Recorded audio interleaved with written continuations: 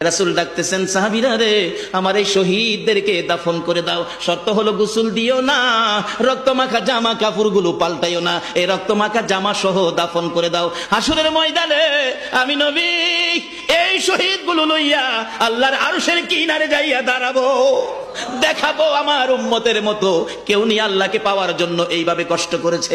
এবার দাফনের কাজ শুরু হলে কিতাব লেখে 69 জনের দাফন শেষ। 70-এর মাথায় আসওয়াদ দূরে পড়ে আছে। আমার নবী 2 কদম সামনে গিয়ে দেখে আসওয়াদ নতুন তরবারি হাতে চিত হয়ে পড়ে আছে, শহীদ হয়ে গেছে। আমার নবী ডাকে, রে আসওয়াদ, মদিনার হুর বিয়ে করতে পাঠাইছিলাম, মদিনার হুর বিয়ে করলি না, যুদ্ধের ময়দানে জীবন দিয়ে বিদায় হলে। আসওয়াদ রে, নতুন তরবারিটা হাতে রে। আসওয়াদ একজন সাহাবী বলেন, হুজুর বিয়ের বাজার করতে এসে আপনি যুদ্ধে গেছেন, খবর পাইয়া বিয়ের বাজারের টাকা দিয়ে যুদ্ধের বাজার করেছে, আসওয়াদ শহীদ হয়েছে। আমার নবী ডাকে, মাবুদ আমার আসওয়াদকে তুমি কি দিবা গো আল্লাহ?